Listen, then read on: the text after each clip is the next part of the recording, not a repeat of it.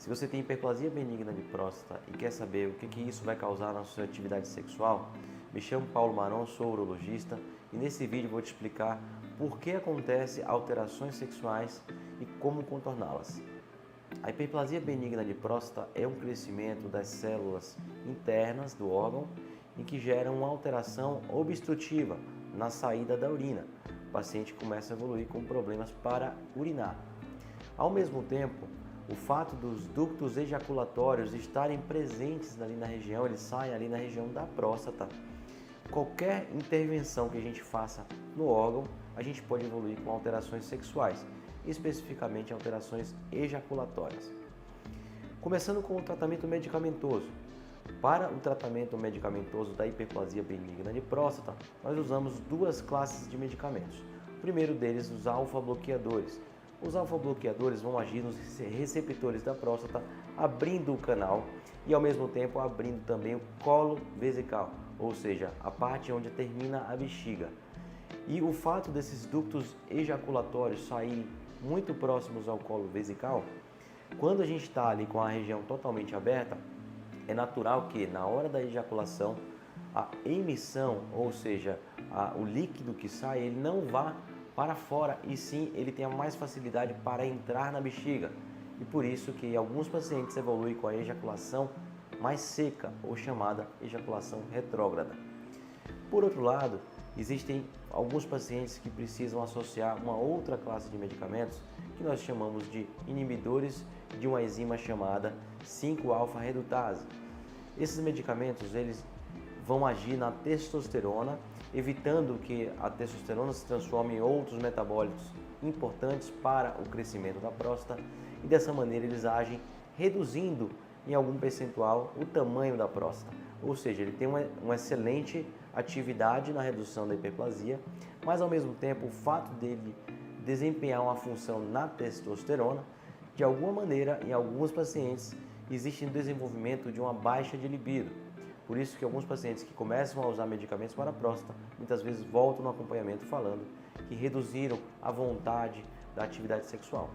Então é importante entender que a maioria dos casos não vai acontecer, mas em alguns pacientes isso é possível. Por outro lado, quando a gente vai para um tratamento cirúrgico, é sabido já de muito tempo, de longa data, na literatura, de que os tratamentos invasivos ou endoscópicos ou via abdominal, eles trazem uma taxa de ejaculação retrógrada ou ejaculação seca por volta de 60% a 70% das vezes. Isso quer dizer que a cada 10 homens que operam, pelo menos 6 a 7 vão desenvolver essa ejaculação seca. E isso pode ser incômodo para alguns homens. Então, o que é que a gente tem de alternativa? Nos últimos anos surgiram os chamados tratamentos minimamente invasivos, que são procedimentos endoscópicos de curta duração, feitos via ambulatorial, ou seja, internação em que o paciente é submetido a uma anestesia, praticamente uma sedação profunda e vai embora do hospital 4 a 6 horas após o procedimento, em média. E esses procedimentos consistem em terapias locais em que a preservação da ejaculação é um dos principais benefícios. Hoje, nós temos disponíveis no mercado basicamente 3 tipos. O primeiro, o Rezum.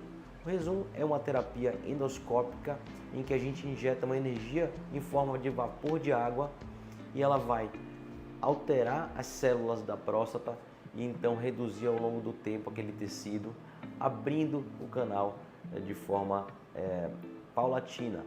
E isso melhora tanto a hiperplasia benigna quanto evita uma ejaculação retrógrada, ejaculação seca. É uma excelente alternativa que já dispomos no mercado nacional. Além dele, a gente tem a segunda opção, que é o Urolift. O Urolift são nada mais nada menos do que grampos em que a gente injeta na próstata também, muito parecido, de forma endoscópica, através do canal, de forma ambulatorial, com internação curta, anestesia bem mais leve, e a gente coloca grampos como se fosse, de fato, para abrir o canal da próstata. Um grampo na lateral da próstata, um grampo no meio, e eles vão abrir de cada lado, permitindo a passagem da urina de forma mais fluida. Isso também melhora os sintomas da hiperplasia benigna e evita a ejaculação seca, a ejaculação retrógrada. E o último dispositivo, terceiro e último, é o iTind. Esse iTind é uma cestinha feita de nitinol, que é como se fosse uma espécie de arame, que a gente passa também de forma minimamente invasiva através do canal da urina, coloca na região da próstata, aquilo ali ele vai ficar comprimindo a região, gerando uma espécie de alterações locais, remodulando toda aquela parte da próstata e então gerando a abertura do canal. É um tratamento que tem eficácia já comprovada e também permite manter a ejaculação. Percebam que hoje a gente tem várias opções aí no mercado para tratar de forma eficaz a hiperplasia benigna e preservar a ejaculação.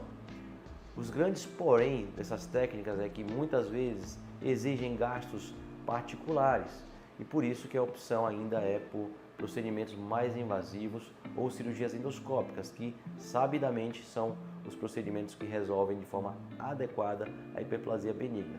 Mas cada vez mais vocês vão ouvir falar dessas técnicas minimamente invasivas e pode contar com a nossa equipe, nós temos expertise para definir o melhor para o seu caso.